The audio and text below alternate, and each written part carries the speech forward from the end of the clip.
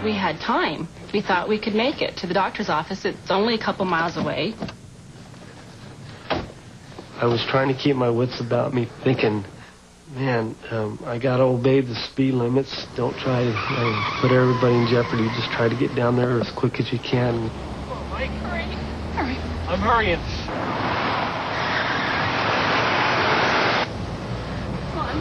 I said, I don't think he's going to make it to the doctor's office. And just as I said that, his head just completely went back and he stopped breathing completely.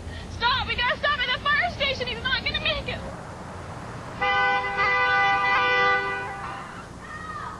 Help! Help! I did not take my finger off.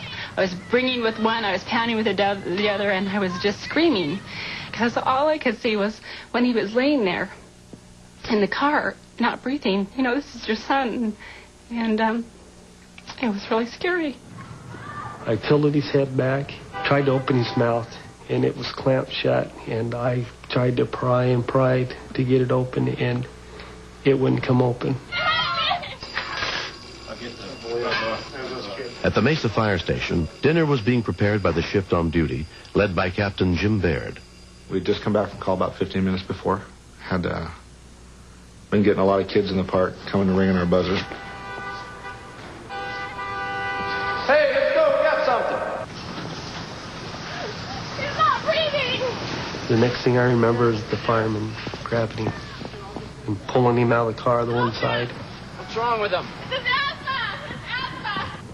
They just brought him out of the car and laid him right down there on the concrete. He was not breathing. There was nothing. Dispatch, ambulance code 3. I'm on standby. Aye, copy. Gary Stapley was the paramedic on duty. The little boy was as close to death as anyone I have ever seen without being dead. I put my hand on his wrist initially. I couldn't find a pulse. Then I moved up to his neck. Okay, we got a really weak pulse. It's about 40. It's maybe 40. When you find a child in this condition, it's like starting a race 10 yards behind everybody else. You got to make up all that distance in 1 extra yard to win. Relax. Hang in there, Michael. You hear the firemen say, he's not breathing. If he can't start breathing pretty soon, we're going to stick a tube down his, lungs. And all I could just think is, please don't take him. What kind of medication is it that he's using? Benylin. His on Benylin. I pulled out a drug called epinephrine, which is a very powerful stimulant for the heart. It also causes the lungs to dilate. Bagging him. Getting good air exchange? Fair. Not getting much air movement at all. It's happened before where I've done all the right things and it didn't work. Yep, he's on board. I was just hoping, man, I hope this works. Okay, time now. Okay. Hey, do you want to watch this? Okay, we got some respiratory effort. Come around. You could see his chest start to rise again, and it was the best feeling ever to see that, because you knew there was a chance. Michael, you're doing great, buddy. You are doing great, man. Oh, he looks a lot better. They started giving him treatments of all different kinds. Got an IV in him, and Michael started becoming coherent again. He's on medication right now. No, poke his again. No, I already poked you once. I'm going to poke you again. I was a happy man. At that point, I started thinking about my daughters and their asthma. And that's when your own emotions kick in. The mom and dad were not the mom and dad to me. It was more like I was in their situation looking at my daughter in that helicopter flying away.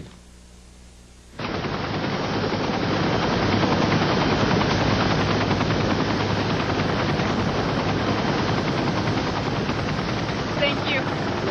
We got to visit with mom and dad for about 4 or 5 minutes before I found the surprise in the station. We had left dinner on the stove, and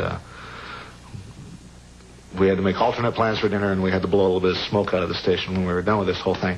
It was more embarrassing than anything to have a fire station catch fire.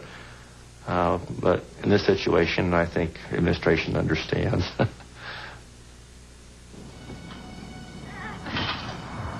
8-year-old Michael Haywood spent one night in the hospital for observation. The paramedics had said it was good that we had come to them because most likely in this life-threatening situation, the doctors wouldn't have had the right equipment. I'm not sure that they wouldn't have had to call 911 themselves. Here you have this wonderful child that doesn't ever complain, and with snap of the fingers, he could have been lost. He could have been gone. What if the firemen would have been out on a call and not been there? What would we have done then? Next time, we would just call 911 first. How you feeling? Michael's doing better, I hope. Michael now sees a doctor who specializes in asthma, pediatric pulmonologist Peggy Ratford. We found that most people cannot tell when they're having trouble severe enough to know if they need more medication or less. And particularly children, they tend to go until the last minute. Okay, looks like you're kind of hanging out in your yellow zone today. So looking at your action plan. As we found out, Michael's probably been breathing through what would be like a straw for quite a while. I tried sticking a straw in my mouth and walked around for a few hours trying to cook dinner and just thought I was going to pass out. Good job. Sometimes the children just become used to that. They don't know that there's any difference. Just can't get through those airways. Pretty gunky. Some of those children, once we get them treated for their asthma, start them on the correct medications, will thrive. They grow better just because they feel better.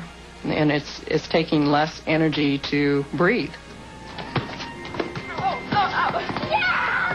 He's like his dad. He's a jock. He's a hot dog. He likes to show off, and he likes to fall down and act like he's hurt and get up and go at it again. He's going to get there. Michael and I like to play basketball. Sometimes football we pass. He's kind of wild now. He's kind of brave, too. All right, Michael. Now, we made it this closer. This is our family thing, so we just wanted to thank you. You are lifesavers for us. I'm glad the firemen went to school to learn that stuff so they could save my life. And I feel like I own something like a new convertible or something like that. We brought you some pizza to kind of make up for the dinner you didn't get the other. He knows my weakness. It's probably less than a half mile from their house to the station. And in that half mile, he went from being a moderately sick boy to literally on the edge of dying. Toast to Michael. Mm-hmm. Michael. If you think anybody in your house is in danger, you don't even have to know it. Just think it. You call 911. If the closest station isn't available, they'll track down the next closest unit, and we'll get someone to you. You can ring our buzzer anytime you want, okay? You're the only kid in the park who can ring our buzzer anytime you want. Oh, wow, hey. And Anna with the fireman, all right. And I look at him sitting on the floor, you know, playing in town door, doing the things he does every day. And I think he could have just as easily not be here. You're welcome. You can't tell him thank you enough. I mean, there's nothing you could do that you mean so much.